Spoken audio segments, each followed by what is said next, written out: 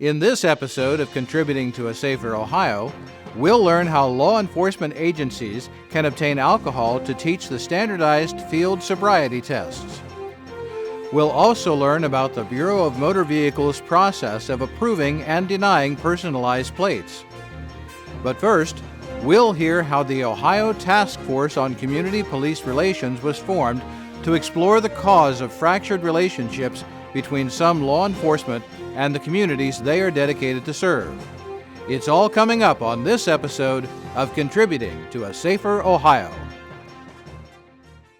Recent events involving the interaction between law enforcement and citizens that garnered national media coverage have shed a light on the relationship that exists between some law enforcement and the communities. On December 12, 2014, Governor John Kasich issued Executive Order 2014-06K, which formed the Ohio Task Force on Community Police Relations, co-chaired by former State Senator Nina Turner and the Ohio Department of Public Safety Director John Bourne, to explore the cause of friction between some law enforcement and some communities, particularly communities of color, to examine strategies to strengthen trust between communities and law enforcement in order to resolve any underlying issues, and to provide the governor with a report including recommendations on best practices to improve the relationship between law enforcement and the community.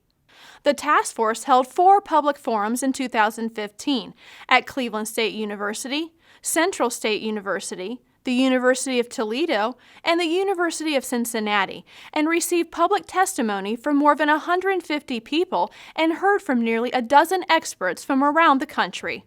From these public forums, the task force was able to develop recommendations to improve community police relations. Much to my surprise, the governor named me as one of the co-chairs along with Director Bourne.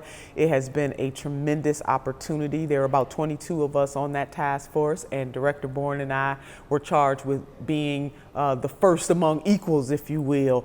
We had some really dynamic and tremendous people from all across the state, from all backgrounds, come together to travel this state to listen to what the citizens had to say about what was going on in their community. And I'm going to tell you something, this was a labor of love. If I had to list the top 3 or the top 5 things that I have done in my lifetime in my role as a public servant, serving on the Ohio Task Force for Community and Police Relations would be in the top 3 every single time.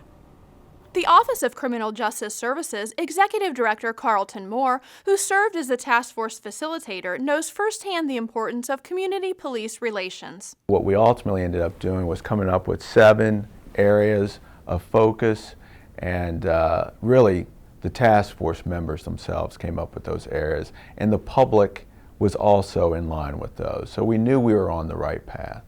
On April 29, 2015, Governor Kasich issued Executive Order 2015-04K, establishing the Ohio Collaborative Community Police Advisory Board. The collaborative will partner with OCJS in implementing the task force's recommendations.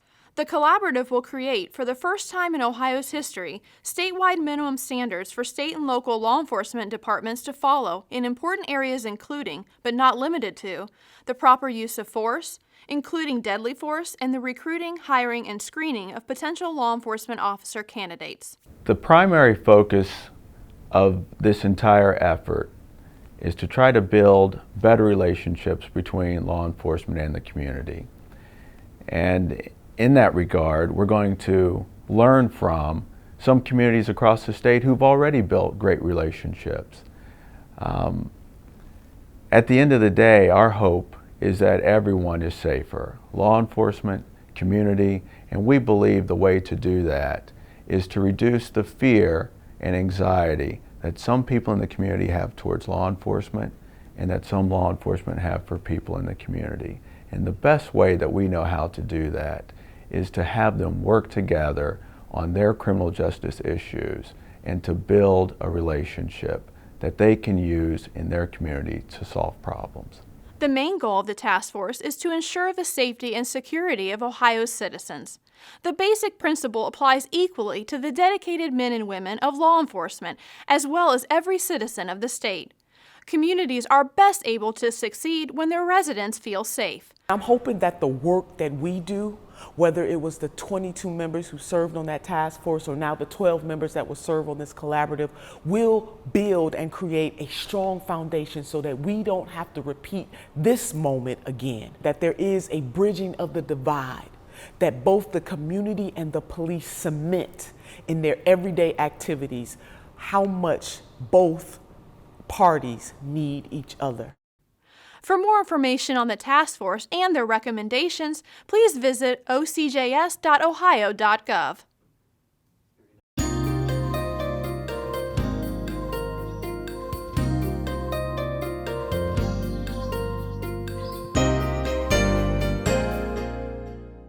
The Ohio Bureau of Motor Vehicles proudly offers a wide variety of special plates manufactured especially for the customer. Special plates include the use of initials or personal messages or an array of organizational logos which allow the public to support a particular college, military organization, environmental, or other special interest group.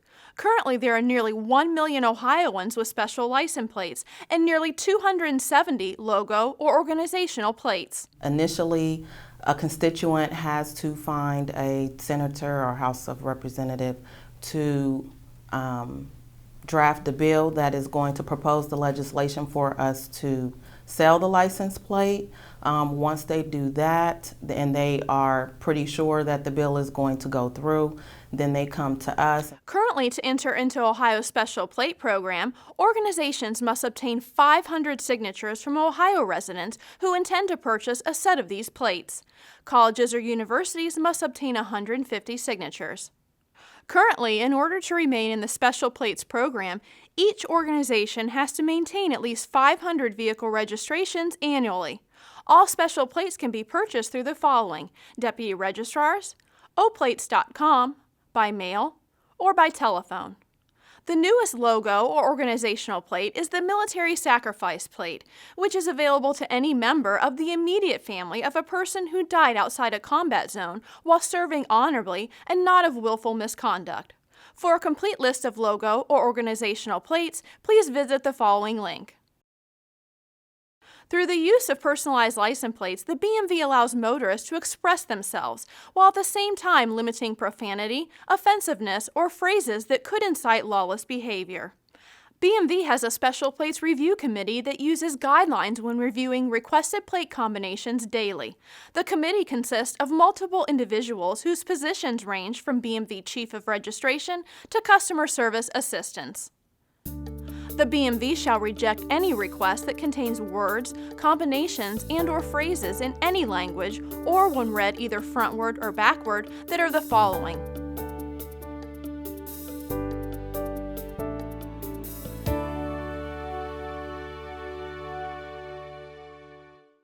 Tell us what's on your plate by sending the BMV a photo of you with your personalized license plate and a brief summary of how you chose your plate's message. Email the photo and summary to us at communications@dps.ohio.gov, and you could be featured on BMV's Facebook page and BMV's official website. You could also win a decorative plate award with the personalization of your choice. Plates must be current and valid.